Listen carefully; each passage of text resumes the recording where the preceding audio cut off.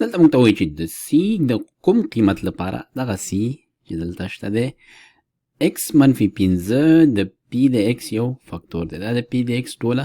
هغه ټول پولینوم یا افاده ده. نو تاسو ویډیو ودروئ دی د حل کولو کوښښ وکړئ. راځو اوس یې په ګډه باندې حلو. نو موږ داسې ویلی شو چې که چیرې x منفي 15 د پی د x یو فاکتور وي نو معنا دا چې موږ داسې لیکلی شو چې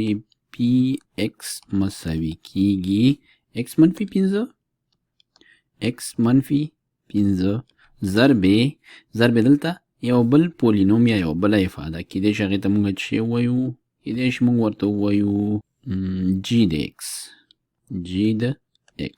او دا جی د x به څه شی وي دوهمه درجه پولینوم به وي. خو اوس به پی د 15 څو وي نو پی د 15 به څو کیږي پی د 15 مساوي کیږي له صفر سره 15 به د دې پولینوم لپاره څه شی وي یو جذر وي د دې نو پی د 15 به دا مساوي کیږي له صفر سره. دلته لیکو چې که دلته د x په ځای 15 ولیکو او دلته هم دا خو اړینه نه ده چې دلته هر څه موږ ته په لاس راغی جي د x پولینوم نو دا به موږ سره صفر په لاس راشي. نو ځکه وایو چې x منفي 15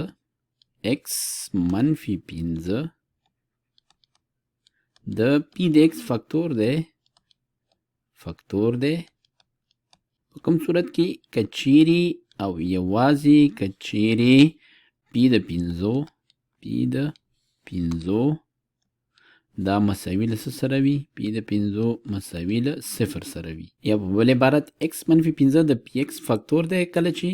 په هغه صورت کې به وي چې 15 خپله د دې پولینوم یو جذر وي. نو را به شو پی د 15 به لاسته راوړو بیا به مساوي له صفر سره ونیسو. نو راځو لیکو چې پی د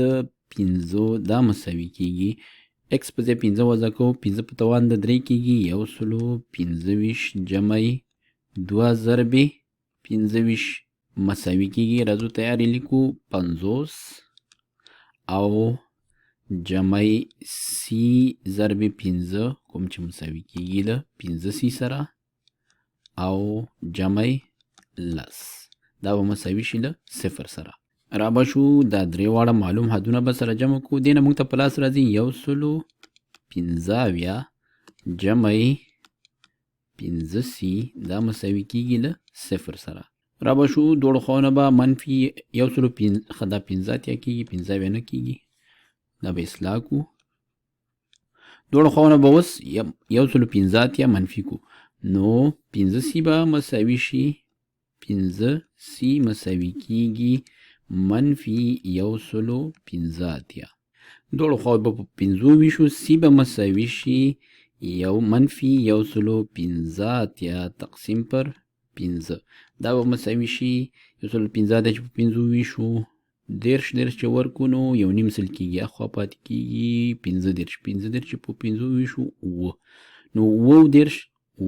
نو دا به شي منفي 10 دای ځواب شو. په دې معنی چې کچيري x په توان د